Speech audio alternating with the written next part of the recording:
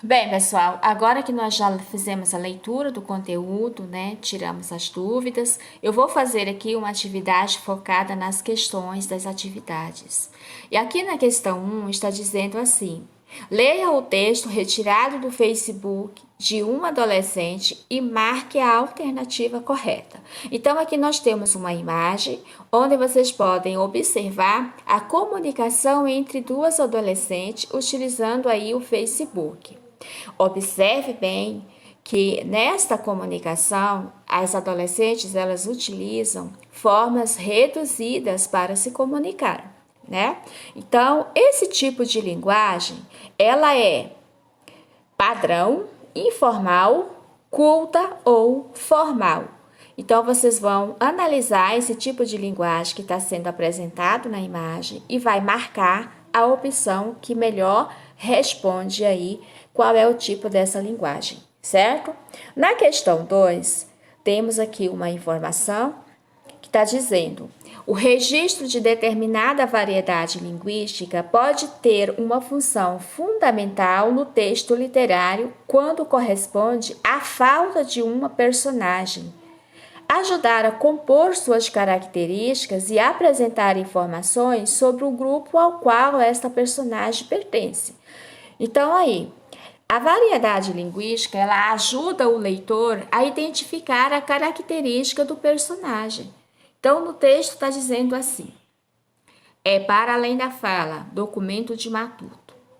Sol escaldante, a terra seca e a sede de lascar, sem ter jeito para viver, com desvio para criar, foi por isso, seu moço, que eu saí em busca de outro lugar, e com lágrimas nos olhos, eu deixei o meu torrão nata. Eu vim procurar trabalho, não foi riqueza que eu vim buscar. Peço a Deus vida e saúde para a família poder sustentar. Seu moço, o documento que eu tenho para mostrar são as mãos calejadas e a vontade de trabalhar. A letra da música Documento de Matuto, de Luiz Gonzaga, apresenta. Aí a gente tem aí as informações, né? Onde vocês vão ter que escolher uma opção que melhor estiver representada aí pela música, né? Pela letra dessa música. Então, a opção A está dizendo que essa letra dessa música, né? Ela apresenta uma variedade padrão, mais próxima da modalidade oral da língua.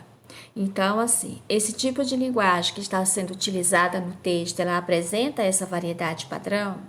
Na letra B, esta linguagem utilizada no texto, ela apresenta uma variedade culta mais próxima da modalidade oral da língua.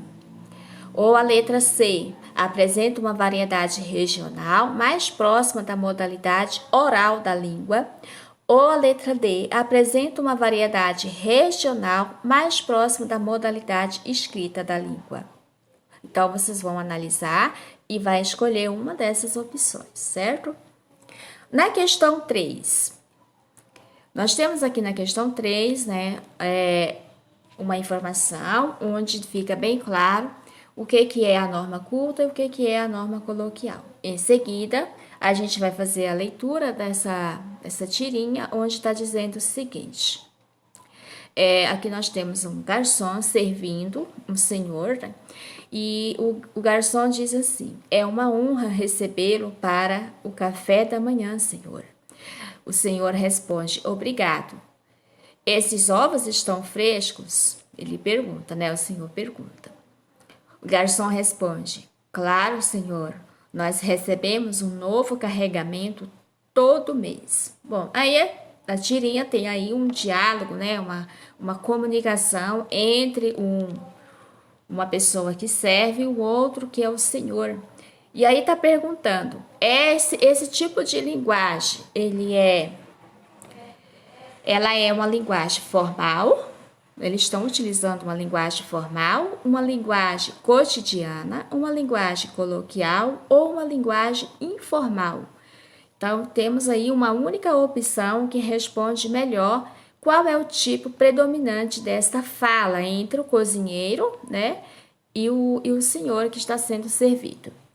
Na questão 4, nós temos aí uma informação nos dizendo: a partir da leitura do texto, do conteúdo dos vídeos e das descobertas que foram feitas sobre as variações linguísticas da nossa língua, qual a alternativa que melhor interpreta a frase abaixo?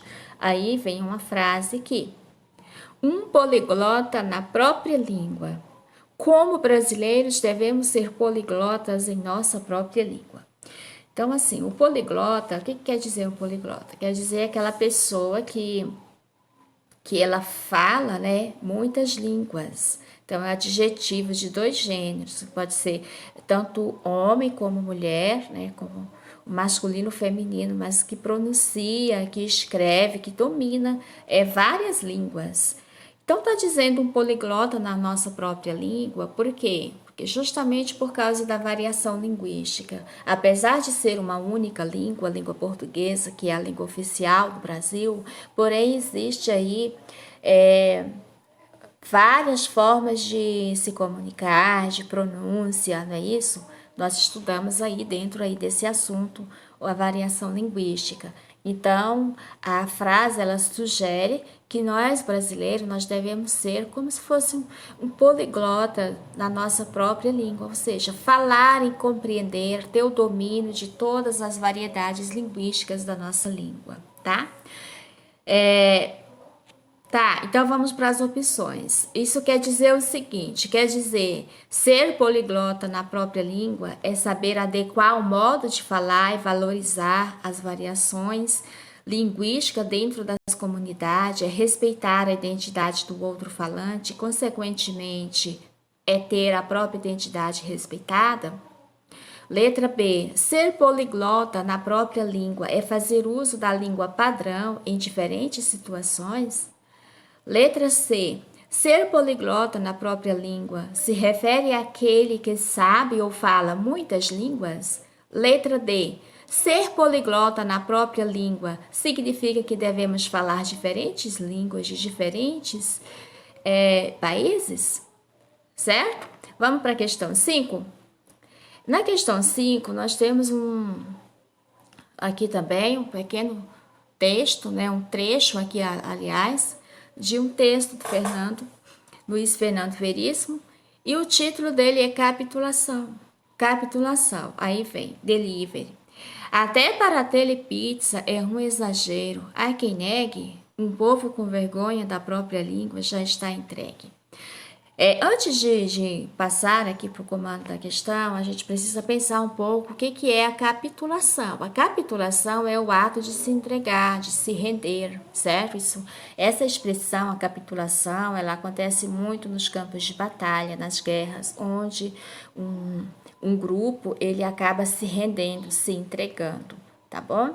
Então, tá aí, utilizando esse termo de capitulação, para falar um pouco sobre esse, vou dizer, estrangeirismo, né, que é o delivery, que significa entrega, e é um termo, né, em inglês, mas utilizado muito hoje em dia aqui no Brasil. Então, o título dado pelo autor está adequado, tendo em vista o conteúdo do poema? É uma pergunta. Esse título, capitulação, está adequado para o poema Delivery? Sim, somos coagidos pelo modismo vigente, submetendo-nos aos estrangeirismos por valorizarmos o que é importado em detrimento daquilo que nos pertence, no caso, a língua portuguesa. Letra B. Sim, né? Está adequado. Sim, somos coagidos pelo estrangeirismo, submetendo-nos aos vocábulos de outra língua por valorizarmos. Letra C. Não está adequado. O enfoque principal do emissor se atém ao termo delivery, pois o mesmo está relacionado à língua inglesa, cuja significância está relacionada à entrega domiciliar, que, segundo a concepção do autor, representa um descrédito em relação ao nosso idioma. Letra D. Não, quer dizer que não está adequado.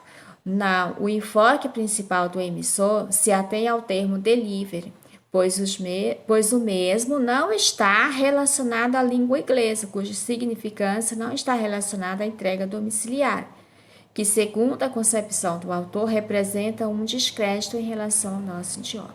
Então, vocês vão analisar e marcar qual dessas respostas está correta para essa pergunta com relação ao título. O título, né? O título é capitulação.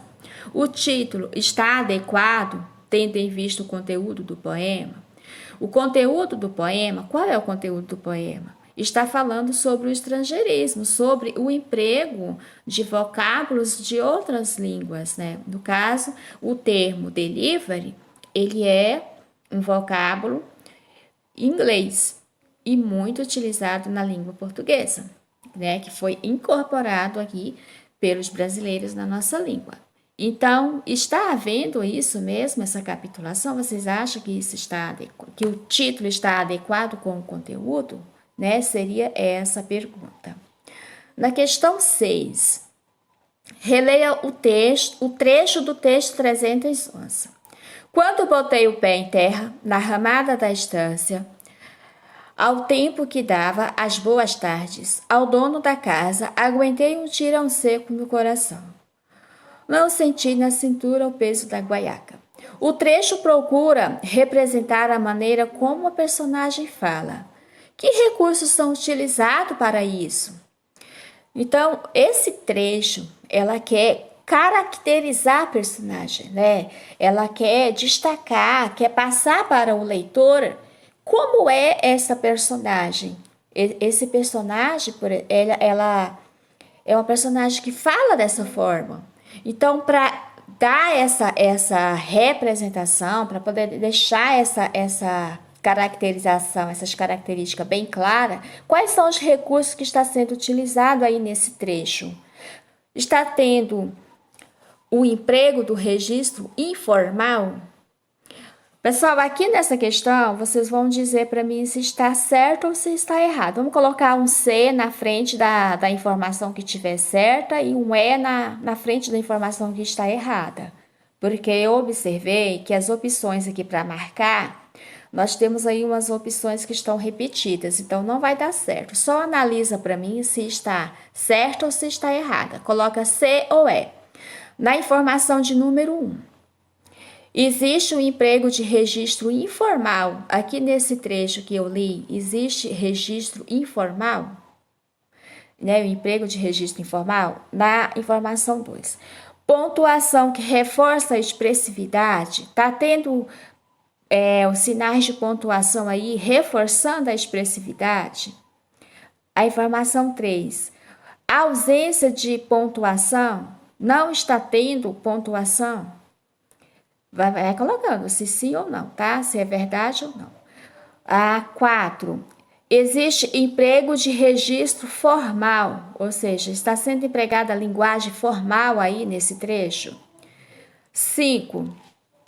Está tendo aí vocabulário erudito, vamos dizer assim, aquela linguagem considerada linguagem de prestígio, bem elaborada, bem estudada. Existe isso? Na informação 6, está tendo aí vocabulário característico da região de origem do conto?